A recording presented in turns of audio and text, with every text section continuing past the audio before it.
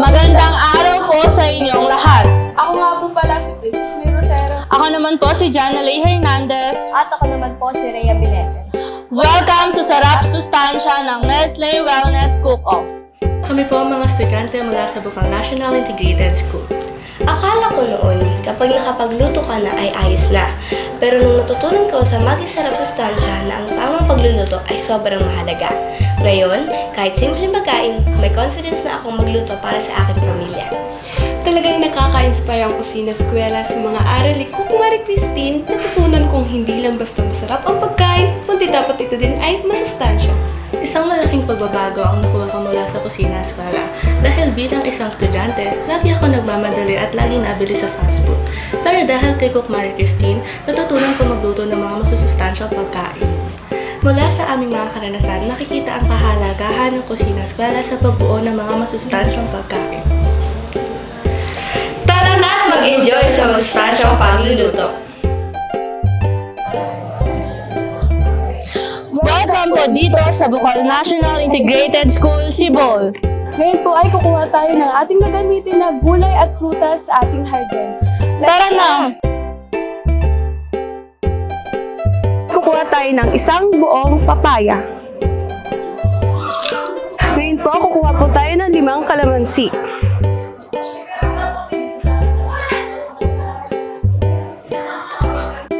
Mag-harvest na tayo ng isang puso ng saging mula sa gulayan ng ating paaralan. At ngayon, tayo po ay kukuha ng isang piling ng saging.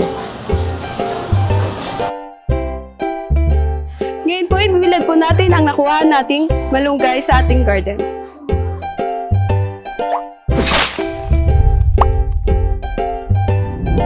At tatanggalin na po natin yung balat po ng puso ng saging bago po natin siya hugasan.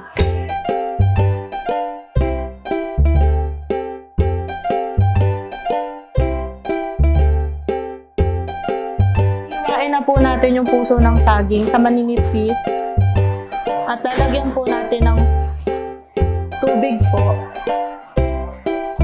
para po mawala po yung mga dakta niya. Lalagyan din po natin ng isang teaspoon ng salt, 1/4 cup of vinegar. Then, i-mix lang po.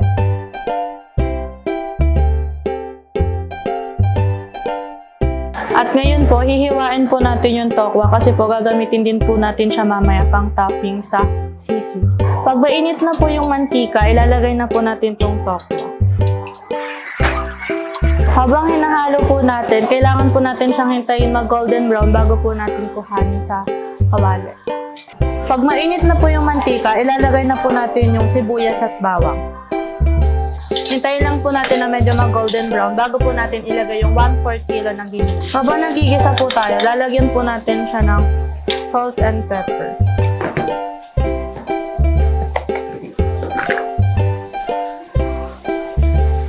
Pagkatapos po, ilagay na po natin itong puso ng saging.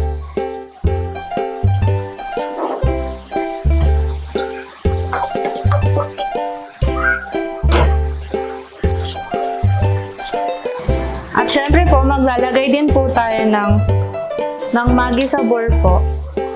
2 teaspoon lang po yung ilalagay po natin para din po makapag-add po siya ng flavor.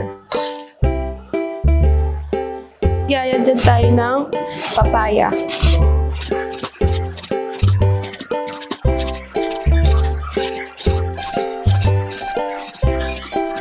Ngayon po, ibababad po muna natin siya sa malamig na tubig hanggang 15 minutes. Una po, maghihiwa muna po tayo ng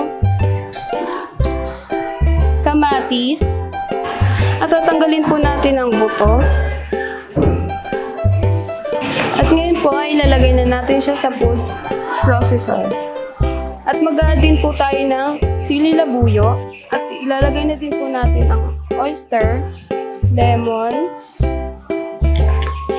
sweet chili at ang coriander leaves.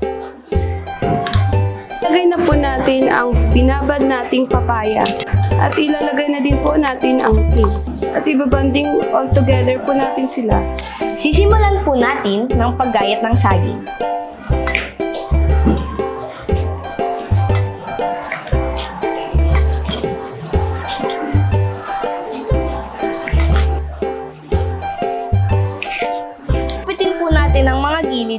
pantay ang pagkakabalot.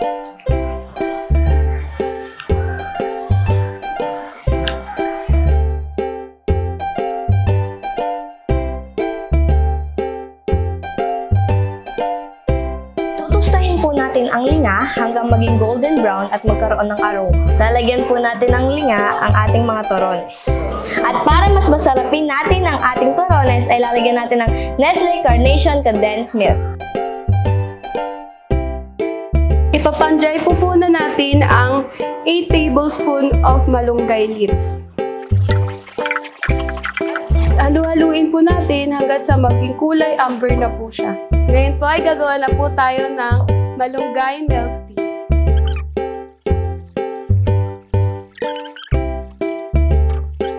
At lalagyan po natin ng Nestle fresh milk.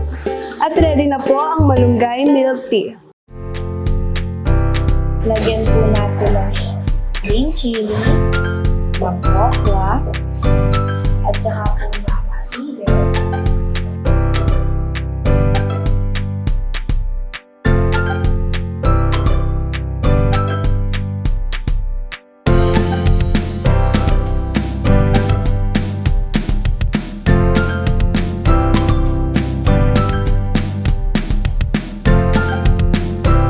At ito po ang mga hinanda namin. Sisig puso ng saging, Yung papaya salad, torones, at malunggay milk tea.